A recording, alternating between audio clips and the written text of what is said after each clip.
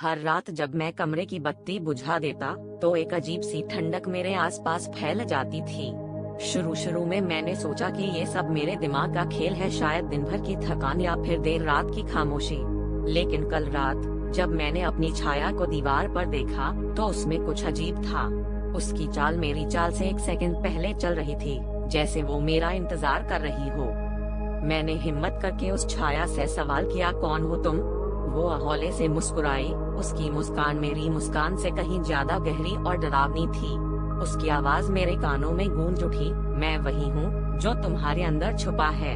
असली मैं हूँ, तुम तो बस मेरी एक याद हो। उस पल के बाद मेरी सांसें रुक सी गईं। क्या मैं सच में अपनी परछाई से बात कर रहा था या ये सब मेरा वहम था? रात दर रात वही सिलसिला चलता रहा।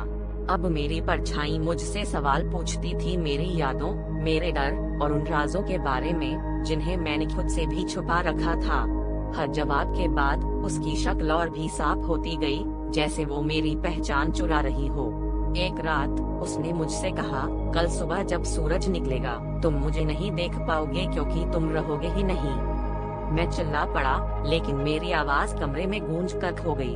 अगली सुबह जब मेरी माँ ने कमरे का दरवाजा खोला तो बिस्तर खाली था। दीवार पर बस एक परछाई थी जो बिस्तर पर बैठे किसी शख्स जैसी लग रही थी। अब लोग कहते हैं उस कमरे में रात को कोई हल्की सी फुसफुसाहट सुनाई देती है, जैसे कोई किसी से अपनी पहचान मांग रहा हो।